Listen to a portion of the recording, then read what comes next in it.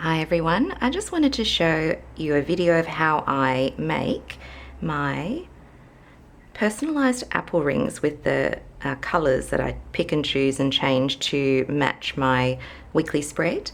So this is the current week, which is Easter week, and it's super cute. So I'm using some pinky green and brown tones in my bullets, so I just wanted my watch to match that. So I thought I'd show you how I use Procreate to do that. So then the first thing you've got to do is to get your rings from your watch into Procreate. So I'll just show you my Apple Watch, and then I just go to the activity. You can see today I've not been very active. I've basically just woken up. And so then you press both the crown and the button on the side at the same time, and it takes a screenshot which then goes to your phone. So then from there, from the phone, I then airdrop it into my iPad. So I've got some that I've done before where I actually walked somewhere. So then you can see that I've got them in here. So I'll pull it out from there. So in Procreate, I have a file. This is an old one that I've already done, so I'll just get rid of the old rings so I can start fresh. And I'll just change the color of that band back to standard. So this is my Procreate file that I'm selling on Etsy. I made it for myself, and normally I use a watch that looks like this. So you may have seen that in my planner as I've showed the weekly spread on Instagram, etc. But I thought I'll make it more standard for everyone because people were asking me if they can buy this, and so I thought I'll make it a little bit more standard. So I did put my watch in there just in case anyone wants to use it, but now you can actually choose from the standard sports bands, which I think are pretty common, that a lot of people use these. I've put in a lot of the colors that they use, but I like this one, the Starlight, so I'll use that one. Now, also in this, you can actually just put in your watch face, and so if you go to the top here and add insert a photo, and then just put in your rings picture, and then sort of center it so it's mostly within that central area. You can move this later if you need to, and then you can see that it kind of sticks out the corners, so that obviously doesn't look very good. How you get rid of that is, in here I've put a watch face, this little black square here, and it is, if I turn this off, the watch face layer is sized to be the right shape for the watch. So if you turn that on, and if your inserted image is right above the watch face, you can move the layers by holding on it and moving it. So say you put it in and it was there, just move it down so it's like right above that watch face.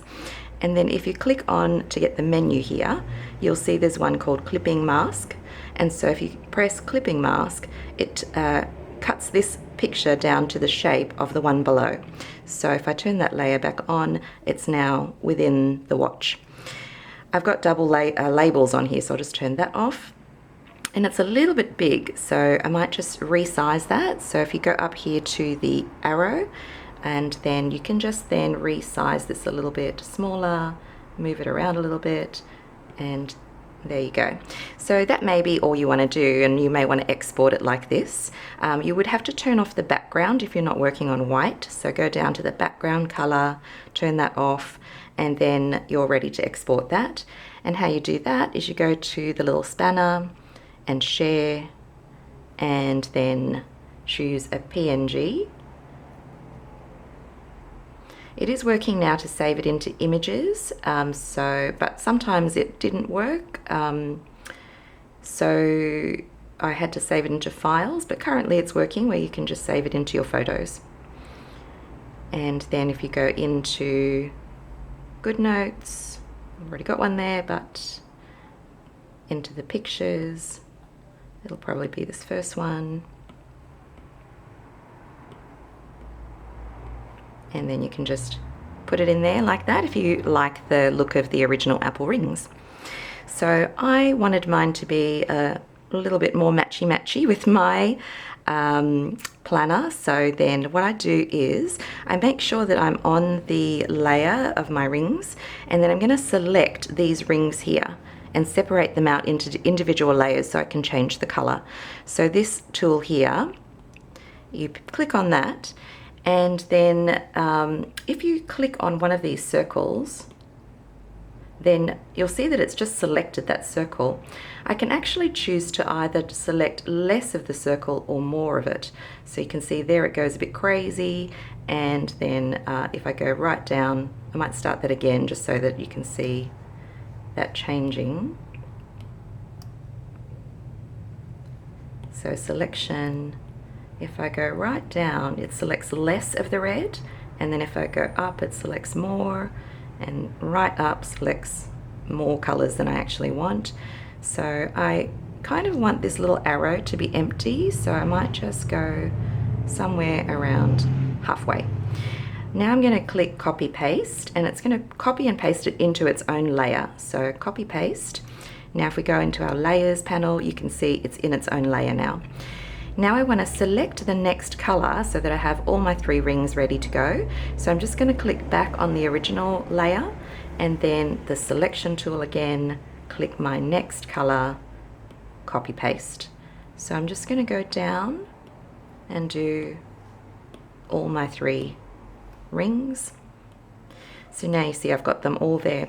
I might just delete this image now and get rid of that, and then put my labels back in. So this layer here, I've got 2 labels. There is a white one and a black one, depending on what color background that you're using.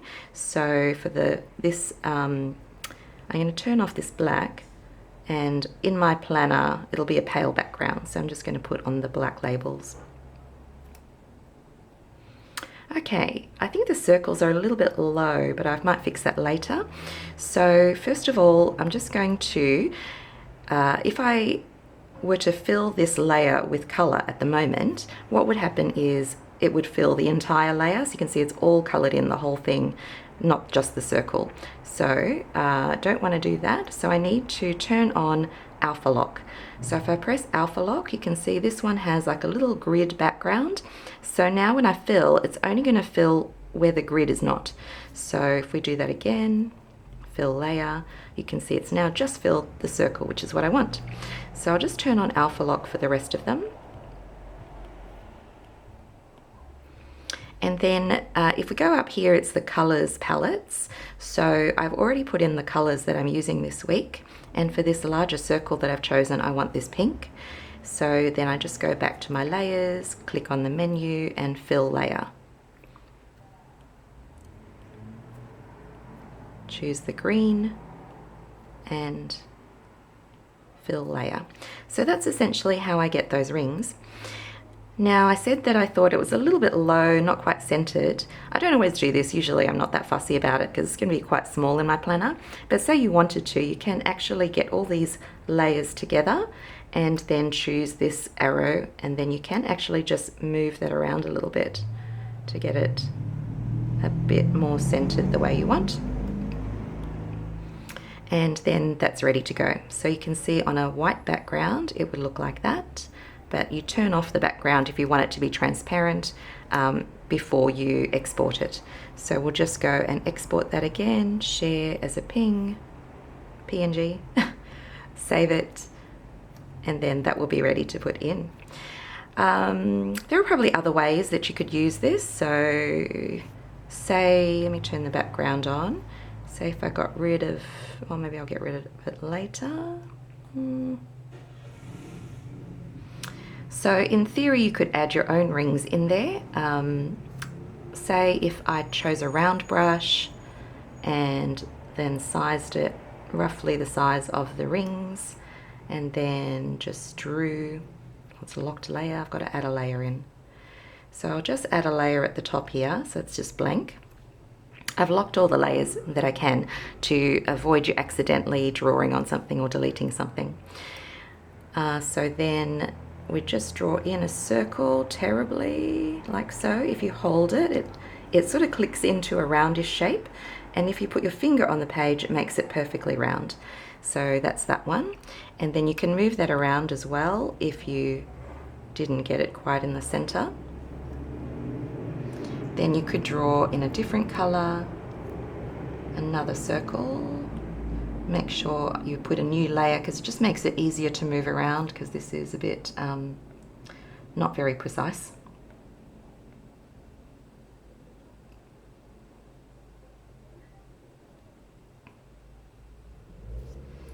Got a little bit ombre there. I wasn't pressing very hard. And then that looks pretty good, so I'll just do the next one.